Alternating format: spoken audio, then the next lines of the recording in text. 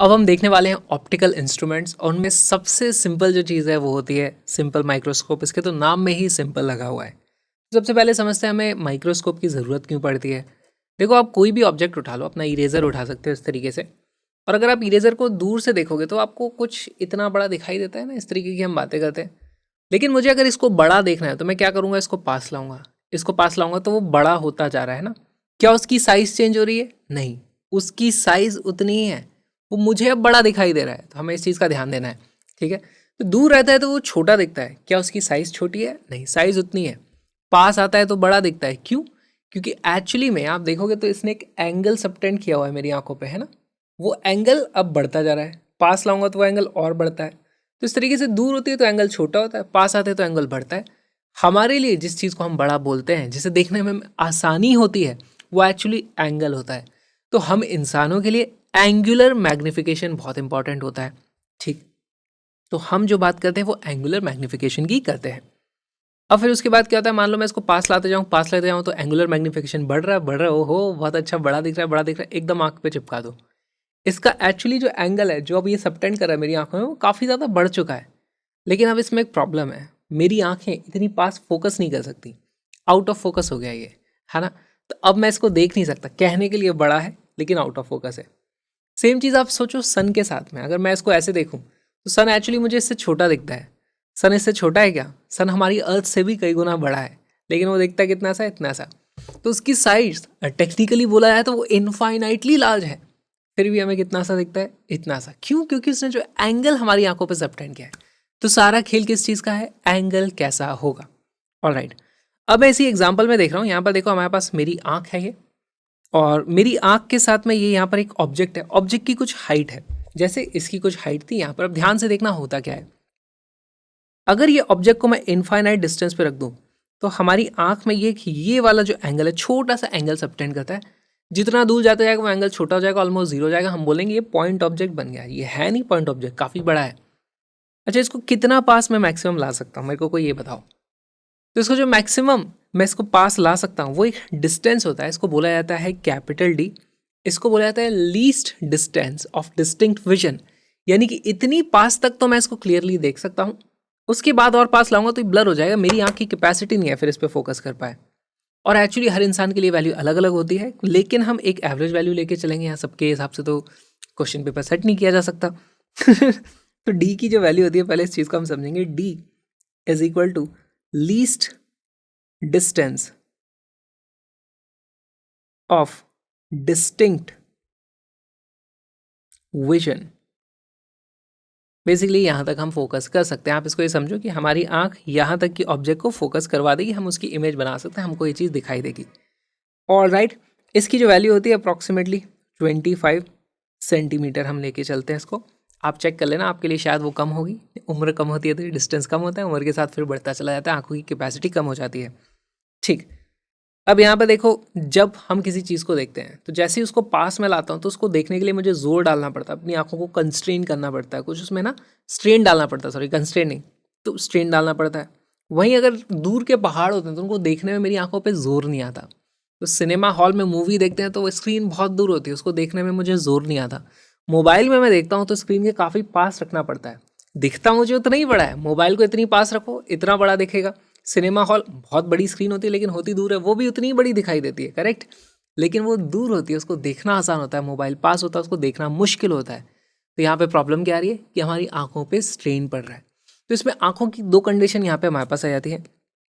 एक बोला जाता है आंखों की नॉर्मल सेटिंग है, यानी कि इमेज जिस पे हमें फोकस करना है वो इनफाइनाइट डिस्टेंस पे है ना। तो एक कहलाती है हमारे पास नॉर्मल सेटिंग।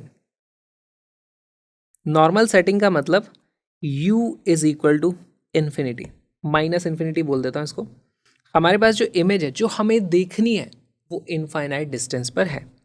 फिर उसके बाद एक सेटिंग होती है जहाँ पे हमारे पास मैक्सिमम, उसको बड़ा अगर मुझे देखना है तो उसको मैं सबसे पास ले आता हूँ। उसको स्ट्रेन वाली उस सेटिंग का सच कुछ नाम नहीं है, उसको बुलाया था मैक्सिमम मैग्नीफिकेशन। अभी आ जाएंगे उस पर।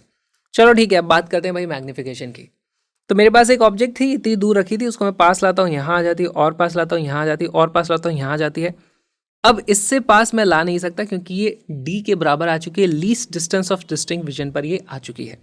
ठीक, तो यहाँ पर ये एक एंगल इस तरीके से सबटेंड करती है। लेट से इसको मैं बोल देता हूँ थीटा नॉट, है ना। ये हमारे पास हाइट ऑफ ऑब्जेक्ट थी, ठीक। फिर उसके बाद क्या करता हूँ, मेरे को तो और बड़ी देखनी है, मेरा इतने काम नहीं चल रहा, मेरे को इतने से एंगल से बस की है नहीं, मुझे और बड़ा देखना है। तो मैं क्या करूँगा, बीच में इस तरीके से एक लेंस रख दूंगा। लेंस रख देता हूँ तो क्या होता है, अब देखो ये ऑब्जेक्ट को मैं और पास ले आता हूँ, ऑब्जेक्ट को और पास ले आता हूँ, और ये जो लेंस है उसकी फोकल लेंथ पे जाके उसे रख देता हूँ। फोकल लेंथ पे रख देता हूँ तो हमें पता है कॉन्वेक्स लेंस में फिर इसकी इमेज बनती है पीछे इनफाइनाइट डिस्टेंस पे, इनफाइनाइटली लार्ज इमेज बनेगी। पहली चीज आती है नॉर्मल सेटिंग की बात करें, नॉर्मल सेटिंग में इमेज होती है एट इनफाइनाइट, है ना। तो ये जो u is equal to infinity लिखा है इसका यही मतलब है, इमेज एट इनफाइनाइट। एक बात बताओ, स्मॉल m की वैल्यू क्या होती है? स्मॉल m होता है हमारे पास v डिवाइडेड बाई u के बराबर। यहाँ पर v की वैल्यू है माइनस इन्फिनिटी, u की वैल्यू जो भी है f के बराबर रखा हुआ है ना, तो f भी नेगेटिव होगा। इसकी वैल्यू डेफिनेटली इनफाइनाइट है, इनफाइनाइटली लार्ज इमेज बन रही है। लेकिन मैं इनफाइनाइटली दूर भी है वो, मैं उसको वहाँ जाके नहीं देख सकता, वो सन जैसा ही केस हो गया, सन इनफाइनाइटली लार्ज है पर है भी तो इनफाइनाइट डिस्टेंस पे, मैं वहाँ जाके देख थोड़ी सकता हूँ।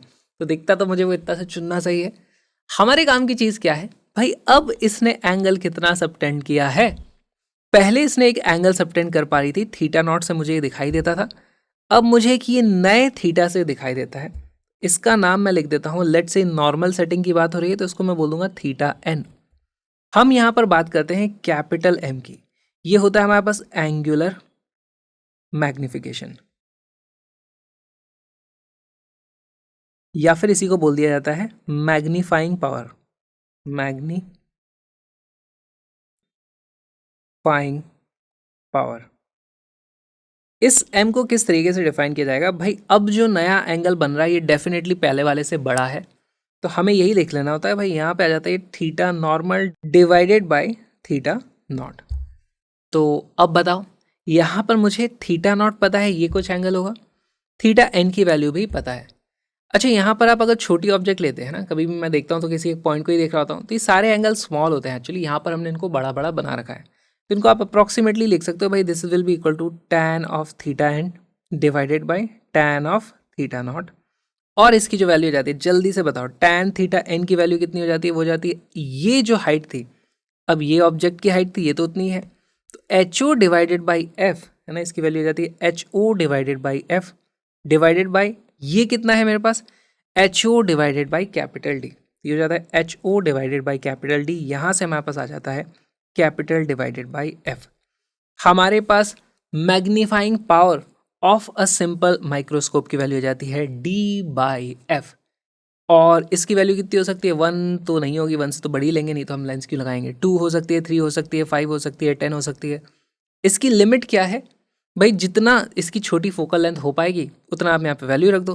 फोकल लेंथ मान लो आपने 2 सेंटीमीटर की कर दी, तो हमारे पास ये डी तो था 25, इसकी पावर आ जाती है 12.5, हम बोलेंगे उसने 12 गुना बड़ी करके हमें चीज़ को दिखा दिया। ठीक है, इस तरह की बातें होती है। और ऑब्वियसली फोकल लेंथ छोटे करते जाओगे वहाँ पे फिर इमेज डिफेक्ट्स आने लग जाते हैं, क्रोमेटिक एब्रेशन आने लगता है, तो बहुत सारे प्रॉब्लम्स होती हैं। इसीलिए इसकी एक लिमिट होती है और इसी के बाद हमें ज़रूरत पड़ती है हमारे कंपाउंड माइक्रोस्कोप की।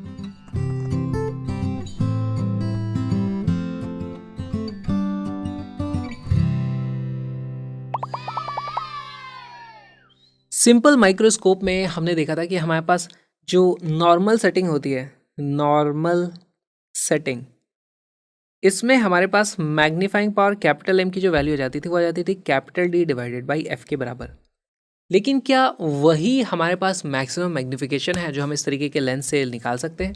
नहीं, उससे ज़्यादा भी हम मैग्नीफाइंग पावर निकाल सकते हैं। कैसे निकाल सकते हैं? देखो, हमारे पास अगर यहाँ पर ये ऑब्जेक्ट थी, लेट से this was height of object, उसको मैं इधर लेके आता हूँ, यहाँ पर लेके आता हूँ, इस तरीके से लेके आता था, मान लो मैंने उसको फोकस पे रख दिया, इस जगह पे फोकस है, तो मेरे पास इनफाइनाइट पर उसकी इमेज बन जाती थी।